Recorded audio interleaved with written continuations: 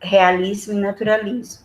São dois movimentos estéticos em que nós temos, no final do século XIX ao início do século XX, tá? Nós temos esses dois movimentos acontecendo concomitantemente em todo o mundo. Aqui no Brasil, há dois autores muito importantes da nossa literatura, que são muito requisitados nas seleções de vestibulares, tanto do Enem quanto do seriado, que são Machado de Assis e Aloysio de Azevedo. Esses dois autores, eles seguem toda essa linha de pensamento, tá? Do realismo e naturalismo. Esses movimentos, eles tiveram algumas transformações, tá? Na ciência, no conhecimento filosófico, sociológico e nas artes, incluindo a arte literária.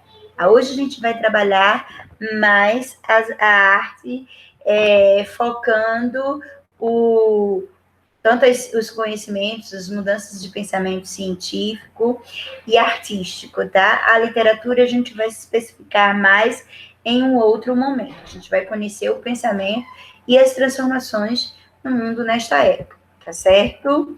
Écio de Queiroz é um escritor português que ele definiu o realismo como uma reação contra o romantismo. O romantismo era a apoteose do sentimento, ou seja, o sentimento estava fixo, liberado, tudo que se fazia se enfocava nos sentimentos humanos. Anatomia do caráter. É o homem olhando para si mesmo, para o seu caráter, o caráter social, o caráter individual do ser humano, com uma lupa, e de forma a analisá-lo, seus defeitos, seus acertos e todas as suas influências, tá? Por isso que as mudanças de pensamento filosófico, sociológico e científico são tão importantes para esse momento, porque estava se analisando o caráter humano, e as influências dessas descobertas sobre o ser humano são muito grandes, tá? É a crítica real do homem, é a arte que nos pinta nossos próprios olhos para condenar o que houve de mal na nossa sociedade, certo? O contexto histórico é o seguinte: o capital atropela não apenas os limites máximos ou morais, mas também os puramente físicos na jornada do trabalho. Usurpa o homem para o crescimento, desenvolvimento e a manutenção sadia do corpo. Rouba o tempo necessário para o consumo de ar puro e luz solar. Marx, na obra O Capital, em 1867, final do século XIX, ele diz que o homem, em sua inteireza, ele é influenciado, tá? Pela busca do capital, pela busca do poder do capital, tá? O homem, o trabalho humano, a revolução industrial faz com que o homem seja tratado como uma simples peça da engrenagem social em busca do capital. Os contextos históricos, tá?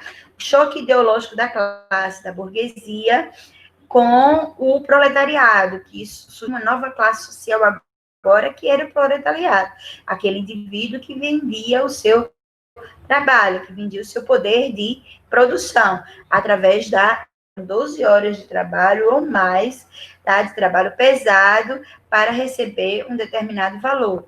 As lutas sociais, as lutas dos trabalhadores, que até hoje a gente tem, assim, alguns benesses dessas lutas aconteceram muito, tá? Foi nesse período que surgiram os sindicatos dos trabalhadores, as grandes passeatas, comícios, as lutas por 13º, as lutas por salário determinado e mínimo para todos da indústria e do comércio, a luta por licença maternidade, por licença, por 13º, por todos os benesses trabalhistas que a gente tem hoje foram conquistadas por o Manifesto Culturista de Karl Marx e Hegel foi escrito neste período, tá? Que luta por esta classe de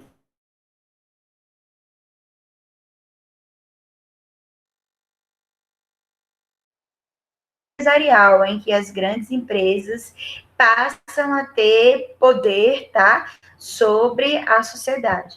A mecanização dos centros urbanos e industriais começa nesse período.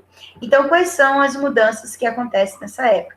Em termos de tecnologia, nós temos as melhorias de transporte e de comunicação, que são fundamentais para o desenvolvimento social da época. As grandes estradas de ferro, quando a gente vê nos filmes, principalmente filmes americanos, aquelas estradas de ferro levando comércio, levando poder, levando indústrias para as pequenas cidades, para várias regiões, quando há aí a invasão de grandes propriedades de terras indígenas para a construção das estradas de ferro, para levar e distribuir os bens conquistados, agrícolas ou industriais, para várias regiões. O telégrafo, hoje muita gente não sabe o que é o telégrafo.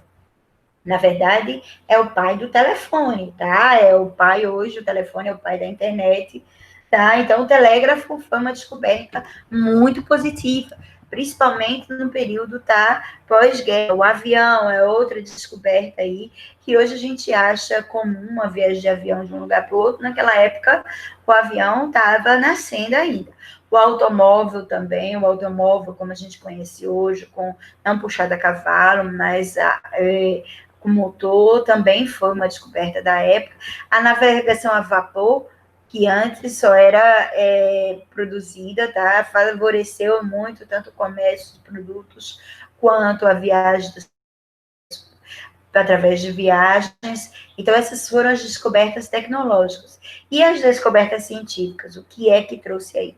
A filosofia materialista e as teorias científicas que a gente vai estudar agora, tá? Que trouxe uma mudança muito grande de visão de homem e visão de sociedade.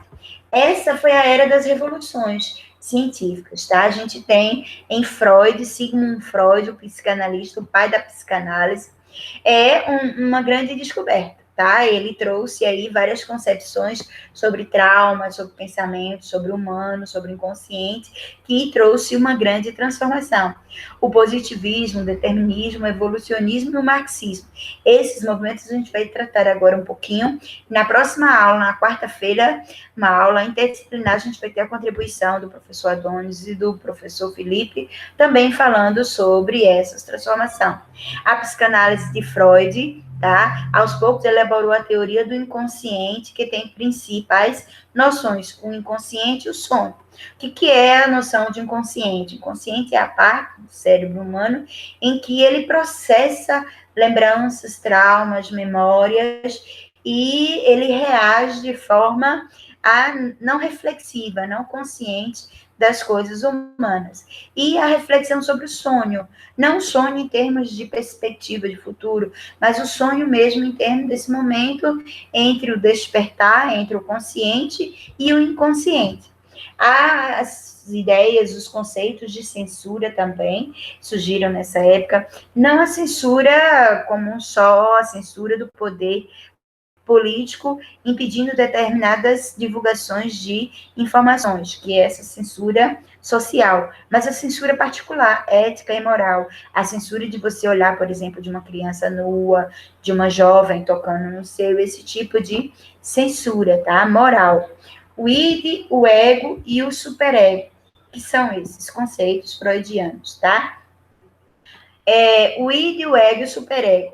O id é tudo aquilo que nos torna comum aos outros seres humanos, aos outros animais. Então, todas as coisas que nos tornam comum, por exemplo, o instinto de sobrevivência, por exemplo, a fome, a raiva, a ira, que são coisas que são comuns a todos os animais, a todos os humanos. Eles estão baseados no conceito de id. O ego já são aquelas coisas que nos tornam diferente dos outros seres humanos, diferente dos outros animais. Por exemplo, as minhas emoções, por exemplo, o que eu penso sobre o mundo, sobre isso ou aquilo. Então, o ego tem a ver com aquilo que nos particulariza, nos torna um ser individual, um ser diferente dos outros seres. Todos nós temos o id e o ego. E o superego é aquilo que nos conecta à espiritualidade, a algo superior. A professora, o superego tem a ver com religião? Não especificamente, tá? Porque mesmo aquelas pessoas ateias, elas têm aquela necessidade de se ligar a algo maior, que eles chamam de energia, que eles chamam de ciência, de conexão com o universo. Então, a reflexão de Freud sobre o superego está mais em relação à sua conexão com memórias, com reencarnação, com poderes superiores, tá? Não especificamente com Deus, mas a ligação com Deus também está a par dessa parte da reflexão do superego.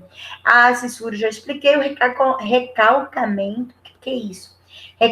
Recalcamento, desculpa, gente, a palavra é meio estranha, mas são aquelas memórias, aqueles comportamentos que a gente vai criando, inserindo na nossa personalidade, no nosso ego, a partir de experiências ainda na barriga da mamãe, ainda na pré-infância, ainda na infância, tá? São os traumas, são as memórias, são os instintos, são os sentimentos de frustração, são todas aquelas sensações de memórias e reações que a gente vai criando durante a vida, que tem resultado desses momentos de experiências, de memória da gestação, da primeira infância. A libido, o que a libido tem a ver? Freud pesquisou muito em relação à libido, em relação às nossas reações com a sexualidade, com o desejo de procriar que nós temos tão comum, que faz parte do id, com outros animais. Então, ele pesquisou, ele analisou a libido humana, que ela é parte do ser humano, independe do sexo, independe da sexualidade, independe de ser homem ou mulher, e que começa ainda na primeira infância, já a criança já tem aquelas sensações de libido, tá? O nacionalismo e o positivismo de Comte, tá? Auguste Comte, ele foi, enquanto que Freud foi o pai da psicanálise, Comte foi o pai da sociologia. Ele dizia que tinha um amor por princípio, a ordem por base, o progresso por meta. Auguste Comte, ele desenhou o princípio científico, tá? O método científico da experimentação, que ele só acredita naquilo que pode ser experienciado pelo ser humano através dos 5 sentidos. Então, o conceito de verdade dele é a verdade científica. É o método científico que eu preciso, que eu tenho condições de experienciar e de verificar aquilo acontecendo, tá? Ele repudia a metafísica. O que é a metafísica? É aquele conhecimento que não perpassa, não passa por uma experimentação científica, tá certo? Para ele, só existem 5 ciências, tá? A base de toda a verdade humana, ela perpassa por essas 5 ciências para Auguste Comte, tá? E nesse sentido de ordem de importância. A astronomia, diferente da astrologia, a astronomia é a ciência que estuda os astros, a lei da atração, aí entra a questão da gravidade, tá? Das influências da maré em relação à lua. Então, a astronomia traz essa questão das estações do ano, da lua, todo esse conhecimento que influencia a natureza como um todo e a natureza humana também. A física está aí, que baseia-se mais nos fenômenos físicos que podem ser observáveis e comprováveis através da experimentação científica. A química, tá? A influência já desses elementos físicos que se tem na matéria. A filosofia, que é a reflexão sobre todo o conhecimento humano, e a sociologia, que é a reflexão sobre as relações humanas entre si e com a natureza, tá? E ele é o pai da sociologia. Um outro conhecimento e transformação científica da época foi o determinismo de Taylor. De todos esses conhecimentos e transformações que a gente vai falar hoje, o determinismo de Taylor é o único que eu mais discordo particularmente. Eu gostaria que vocês refletissem e tomassem posicionamento. A gente tem que conhecer, mesmo que a gente discorde, tá? Para Taylor, o homem é fruto da sua raça.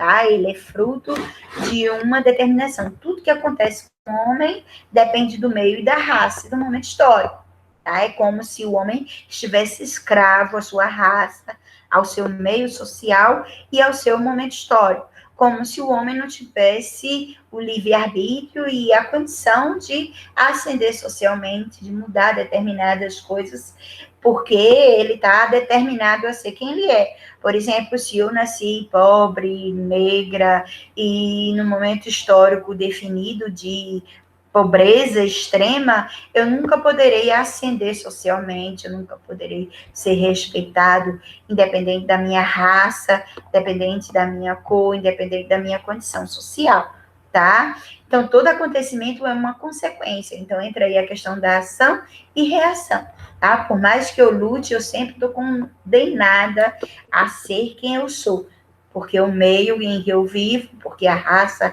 a qual eu pertenço, o momento histórico ao qual eu estou, eles definem tudo que acontece comigo, todas as consequências da minha vida. Aí tira de você a responsabilidade de você ser um ser social e autônomo, protagonista da sua própria realidade, tá? Faz com que o homem considere, tá tudo definido, tá tudo determinado por Deus, então nada que eu faça vai mudar a minha realidade. Eu discordo disso. Eu acho que nós somos protagonistas da nossa vida. Nós podemos sim mudar a nossa realidade, independente de meio, de raça e de momento histórico. Tá? Eu disse. Mas eu estou dizendo as teorias de Taine, tá? Ele diz que tudo é determinismo. E aí as obras literárias de Machado de Assis, de Luiz de Azevedo, elas falam desse determinismo, em que os seus personagens, os seus protagonistas, por mais que eles tentem mudar o seu destino, eles estão sempre condenados a ser aquelas pessoas, tá? Determinadas pelo meio em que eles vivem, pela raça que pertencem, pelo momento histórico, ok? Defende que o comportamento humano é determinado somente e exclusivamente por esses fatores, não só o comportamento. Taine diz que as consequências da própria vida, dos fatos e decorridos da sua existência, são determinados por isso. Mas vamos agora para outra teoria e outro teólogo, que é o socialismo de Karl Marx. Em 1848, os economistas e filósofos alemães Karl Marx e Friedrich Hegel publicaram o Manifesto Comunista. O que o comunismo tem a ver com as obras literárias que a gente vai estudar, com a arte que a gente vai estudar, tá? Primeiramente, a gente tem que entender o que é esse comunismo de Marx e Hegel, tá? Felipe, na quarta-feira que vem, vai ser mais apto a explicar isso, mas eu vou tentar aqui dar uma introdução para quando chegar a aula deles, vocês já terem uma ideia do que a gente está falando, tá? O comunismo aqui, ele não tem muito a ver com o que hoje a gente visualiza socialmente do que seja comunismo. O comunismo aqui é uma reflexão sobre o valor humano, o valor da classe operária, tá? A venda do trabalho, a venda do suor humano, essa venda mais justa. É por isso que eles lutam, tanto Marx quanto Hegel, tá? Despertar uma consciência de classe, para que eu tenha a consciência do meu valor. Aqui eu, como professora, eu como trabalhadora, eu vendo o meu poder, o meu conhecimento, o meu suor, o meu trabalho. Tá? E aí essa consciência de classe, ela precisa existir para que a gente possa lutar pelos nossos próprios direitos, tá? Para que nós possamos ser respeitados socialmente pelo nosso valor social. O valor social não é só o capital, não é só o poder que tem, também o capital humano, o valor social do trabalhador, do operário, do produtor deste capital, tá certo? É isso que a gente tem que ter em vista sobre o socialismo de Marx e Hegel. Agora a gente vai estudar um pouquinho, eu sei que a gente está corrido e está compreendendo somente as teorias, mas a gente vai aprofundar um pouco esses conceitos mais com o professor de História, Felipe, e Adonis depois, tá? A gente está dando só uma introdução agora para poder vermos na arquitetura, na pintura, na escultura, no teatro, a gente compreender um pouquinho mais, tá certo? E aí a gente vai aprofundar mais esses conceitos na próxima aula. O evolucionismo de Darwin, ele trabalha a questão, gente, da evolução das espécies, tá? Da evolução do ser humano. O ser humano, ele evolui de acordo com a sua força, com o seu poder de adaptação, com o seu poder de transformação da sua realidade.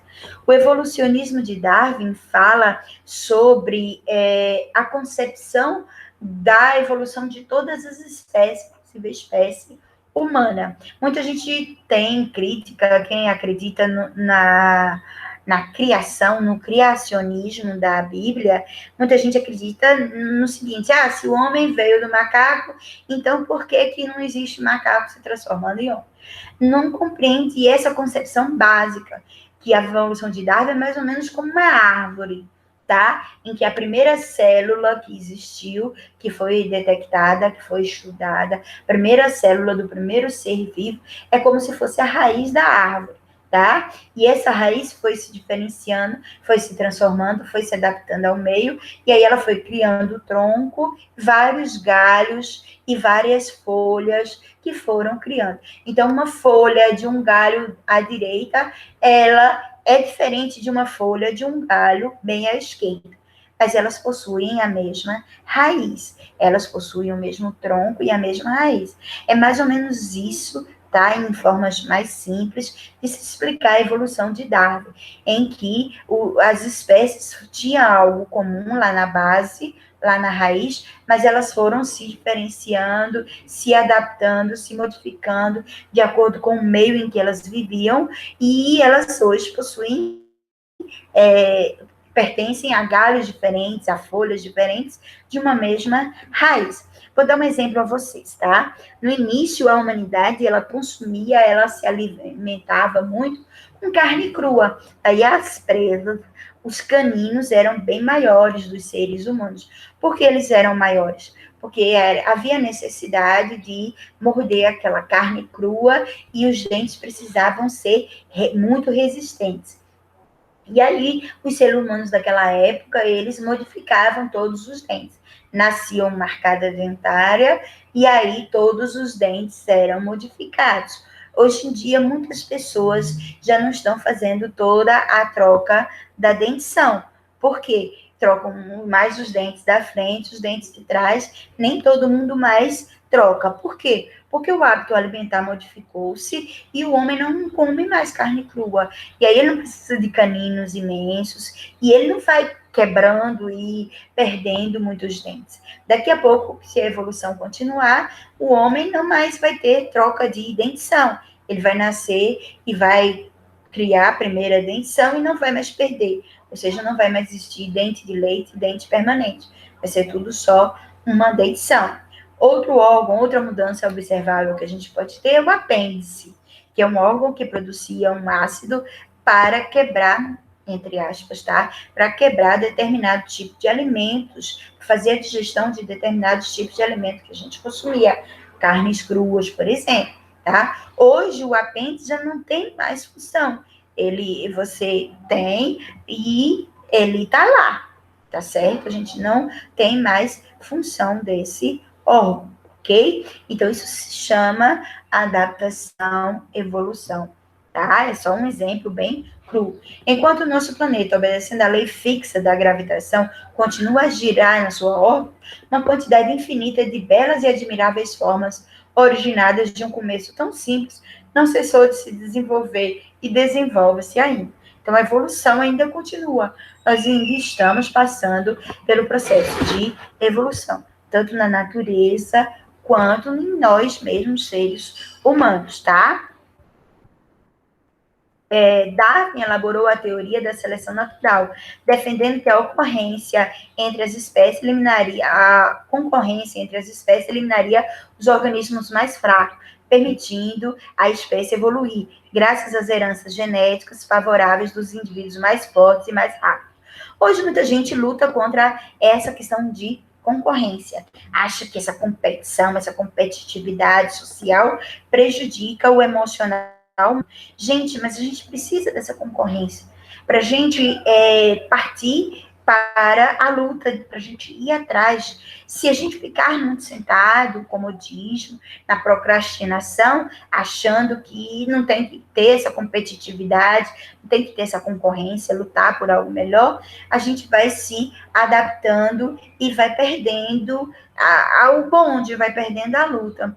Por exemplo, essa questão de vestibulares, essa questão de lutar para estudar, para poder passar de ano, para se destacar melhor do que os colegas. Isso a gente necessita. Nós somos seres humanos, nós somos animais, tá? Os animais precisam dessa competição para correr atrás, para buscar o progresso, a evolução. Ontem mesmo a gente estava falando sobre essa questão de que o homem precisa lutar, precisa se competir, precisa evoluir.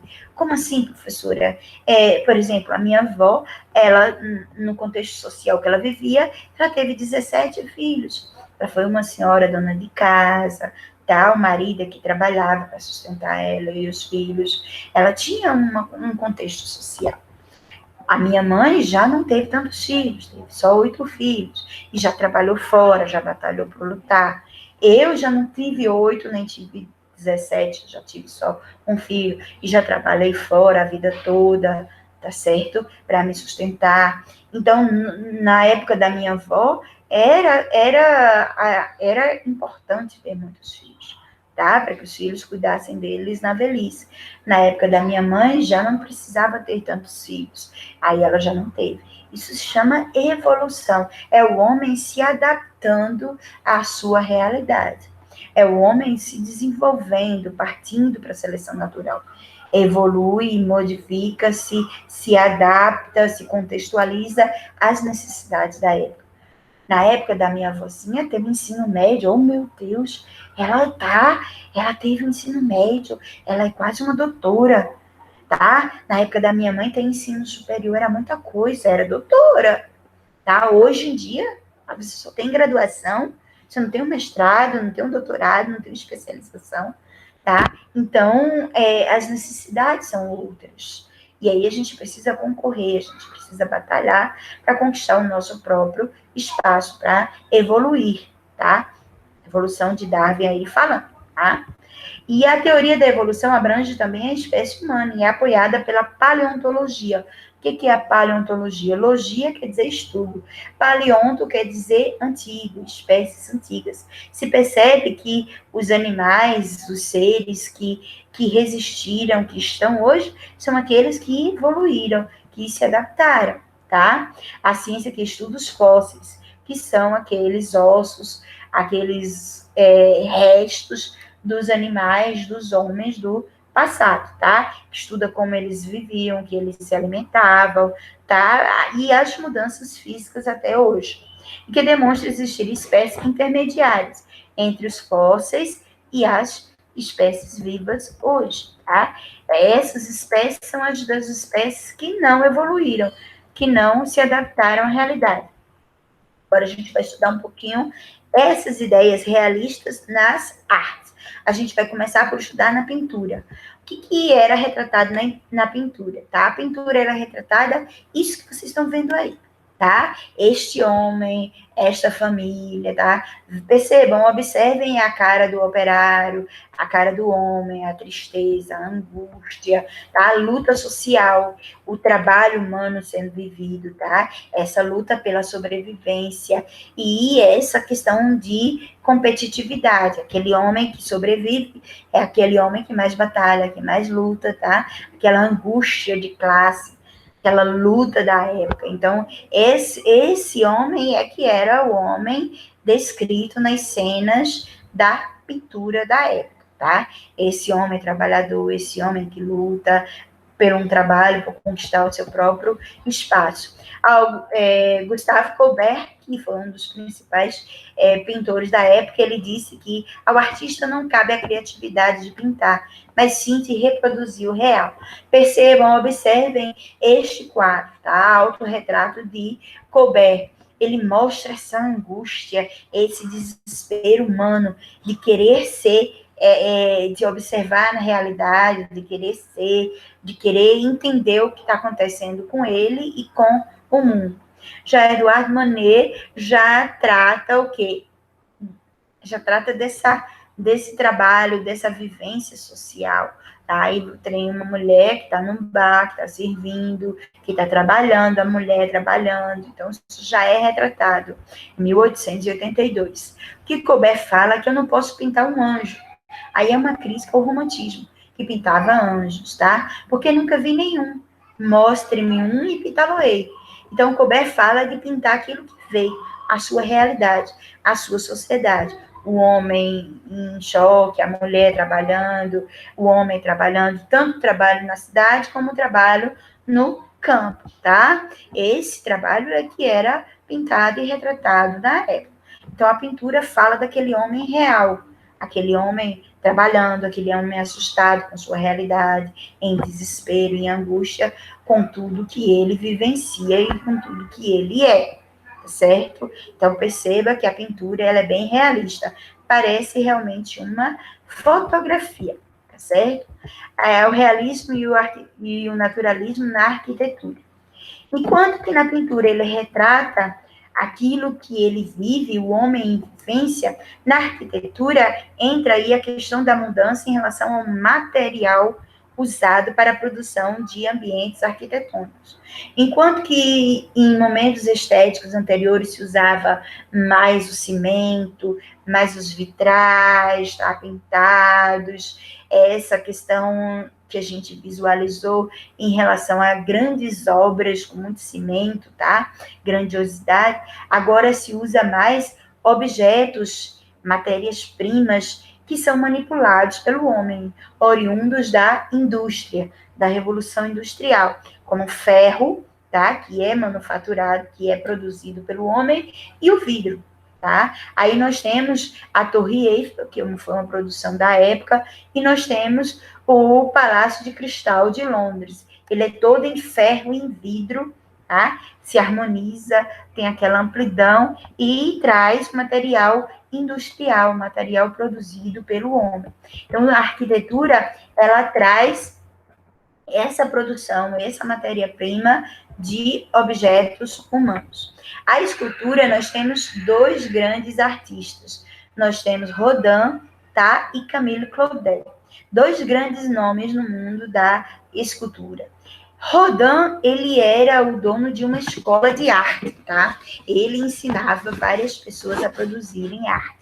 E assim, enquanto nessa época tinha alguém que ensinava os outros, que fornecia tanto conhecimento como a matéria-prima, ele assinava a arte dos seus pupilos, dos seus artistas, tá certo? A obra de arte de um aluno, naquela época, ela pertencia ao professor, tá certo? Então, eu vou explicar por que eu estou dizendo isso. A escultura de Rodin, ela se inspira muito em Michelangelo, mas ela é diferente de Michelangelo em algumas coisas. Para Augusto Rodin, as esculturas passam a ser de carne e osso, ela se humaniza.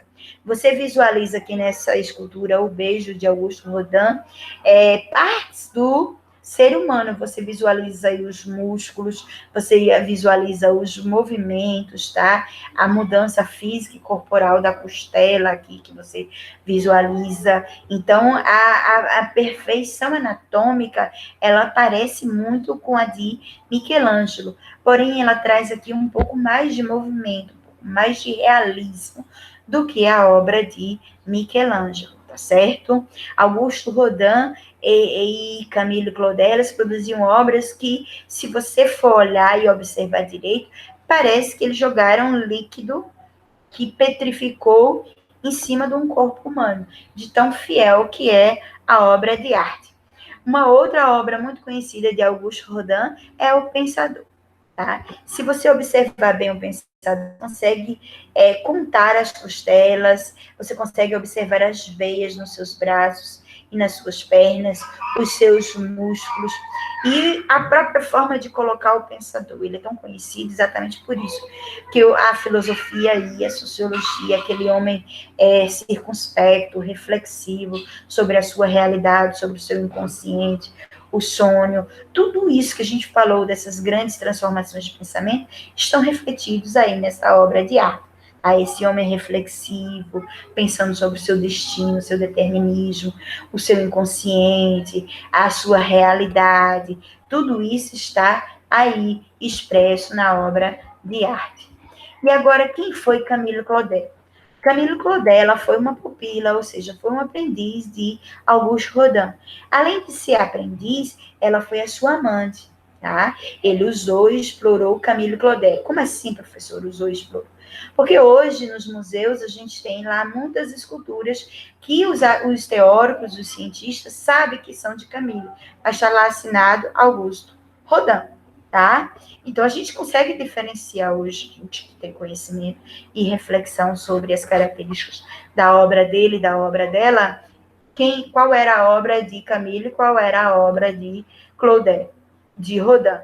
Mas naquela época, ele que teve o ganho financeiro, ele que teve o ganho de divulgação da arte dela. Mas, professora, quais são as diferenças da arte de Rodin e Claudel? Rodin e Claudel são obras muito realistas, de perfeição anatômica. Os homens, as esculturas, elas são realmente dos tamanhos humanos, 1,80 m, 2 metros, 2,20 m, 1,70 m, tá certo? Mas, porém, a obra de Claudel, ela é mais emocional, é mais aquele apelo, você visualiza tanto na expressão facial, quanto na corporal, a dor, o sentimento. Enquanto que Claudel é mais a perfeição física e artística. Você visualiza aqui também as costelas, também o fenômeno dos ossos, das veias, como aparece aqui na obra de Rodin. Porém, em Claudel, você visualiza mais o sentimento, a entrega. Aqui nós temos a escultura de Vênus, perfeita, tá? O tamanho, 1,60 m, tá? Mas você visualiza o sentimentalismo ali presente, o abandono ali presente. Essa obra, O Abandono, e a obra O Beijo, de Auguste Rodin. Observem as diferenças. Os dois estão se beijando. Porém, aqui é um beijo mais sensual, mais físico, mais realista. Enquanto que o beijo de Claudel é mais abandono, é mais sentimento, é mais entrega. Professora, mas a gente não está no romantismo. Quer dizer que Camille Claudel tem mais características românticas do que Rodin? Não, gente, isso não é romantismo. Isto é realismo, só que um realismo mais emocional, tá? Preste atenção. Camille Claudel não é uma escultura realista, romântica. Ela é uma escultura realista que traz mais traço das emoções humanas, tá certo? Mais do que Claudel, mais do que Rodin. Outra característica de Camille Claudel é essa questão do movimento, a valsa, tá? Todas as suas esculturas têm mais movimento. As esculturas de Rodin são mais estáticas, são mais paradas do que as esculturas de Claudel. Camille Claudel, o final dela foi um final, assim, muito triste. Ela terminou louca no hospício, pobre, sem direito a dizer que aquela obra era dela, porque todo mundo dizia que as obras eram de Rodin, que ela estava tentando se vingar do seu professor, porque ele não quis mais ficar com ela como amante, porque ele quis se manter com a sua esposa, tá certo? Então, a sociedade francesa, a sociedade inglesa, não aceitavam que aquelas peças grandiosas eram de Camille Claudel, mas sim acreditavam que era de Rodin, ok? No teatro, a gente tem algumas obras que até hoje são marcas e são representadas no mundo todo. Eu posso falar dessas 3 peças aqui, mas existem outras. Essas são as principais, assim, para a nossa realidade. A Dama das Camélias falava sobre a realidade da profissão mais antiga do mundo, que era a garota de programa, que era a prostituta, que eram as mulheres que eram chamadas assim, nem que fosse assim, mas elas eram chamadas assim porque elas eram independentes, tá? Aquela mulher independente, aquela mulher que trabalhava fora, aquela mulher que se achava no direito de escolher seu próprio marido, ela era chamada de dama, tá? Entre aspas. Porque ela não era a senhorita, não era a mademoiselle, não era a senhora, tá? Não era a madame, mas era a dama, tá? A dama era considerada aquela mulher que tinha poder aquisitivo, tinha poder social, mas ela era muito ligada à prostituição, à garota de programa, a mulher que fazia sexo com outros homens, a mulher não tão respeitada assim, tá? Para casar, para a família, ok? A Casa de Bonecas, de Henry Ibsen, falava sobre a questão daquela mulher, tá? Aquele herói que trazia para a sociedade o trabalho, trazia para a sociedade tanto o trabalho feminino quanto masculino, que trazia para a sociedade a origem, tá, do feminismo aí, tá, da figura feminista. Essa mulher independência, essa questão da mulher poder votar, da mulher usar sutiã, do feminismo que existe hoje, ele foi conquistado também nessa época, certo? Pequenos Burgueses fala sobre o trabalho.